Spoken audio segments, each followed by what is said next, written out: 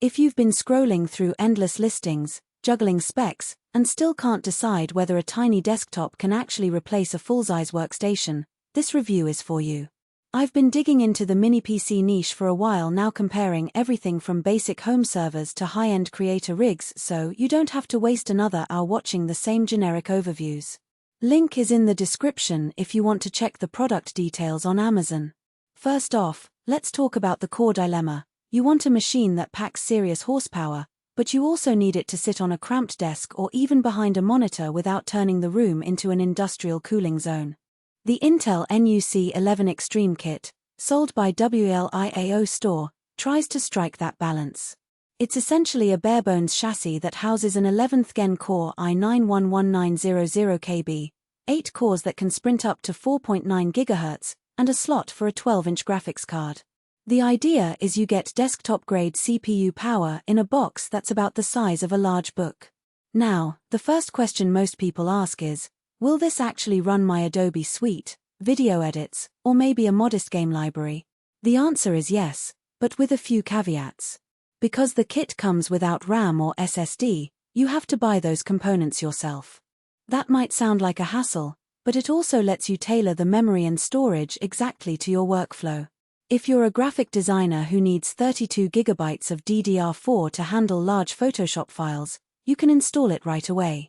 If you're a developer who lives off a 1 TB NVMe drive, you can slot that in without worrying about a proprietary form factor. The flexibility is a strong point, especially compared to pre-built mini PCs that lock you into a set configuration. On the flip side, that same flexibility introduces a bit of a learning curve. You'll need to source a compatible 12-inch GPU. Many mainstream cards like the RTX 3060 or the GTX 1660 fit the size constraints, but a full-size RTX 3080 simply won't. For most creators, the mid-range GPUs are plenty, especially if you're not pushing 4K gaming at max settings. But if you were hoping to use the NUC as a pure gaming beast, you'll hit a hard wall. Thermals are a big part of the conversation because compact cases can become mini saunas under load.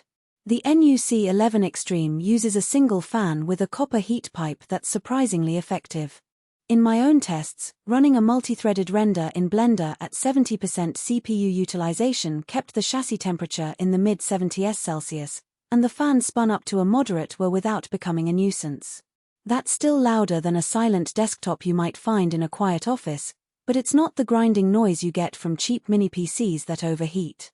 If you need near silence for a home studio, you might want to consider a larger tower with better acoustic dampening.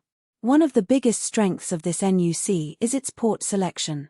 Thunderbolt 4 gives you bidirectional 40 gigabits per second bandwidth, so you can hook up an external 4K monitor or even a dock with multiple displays. The kit also includes HDMI 2.0, USB-C, and a quartet of USB-A ports, meaning you can connect a mouse, keyboard, external SSD, and still have a spare for a USB-C headset. For someone who works across 3 monitors and needs fast data transfer for large video files, that connectivity list feels tailor-made. I've been able to run a triple 4K workspace with 2 external monitors and a USB-C tablet, all while the NUC handled the rendering in the background. Where the NUC starts to lose its edge is when you compare it to a traditional tower for heavy compute workloads.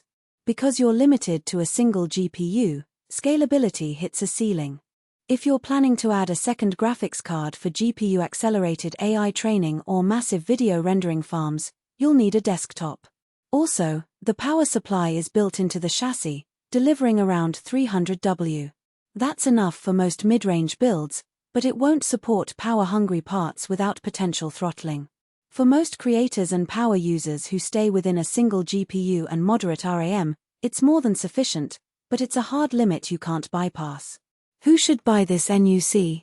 If you're a freelancer who needs serious CPU performance in a small footprint, think architects, engineers, or video editors who often travel. This is a solid candidate. The ability to plug the unit into a portable monitor, carry it in a laptop bag, and have a desktop-class experience is a game-changer. Likewise, hobbyist gamers who prioritize a compact setup over extreme frame rates will appreciate the balance of performance and size. The kit also shines for home labs that require a bit of firepower for virtualization or network simulations without taking up an entire rack. Who should skip it? If you're a hardcore gamer who wants to push 4K at 144Hz with ray tracing, you'll quickly outgrow the GPU size limit and power budget.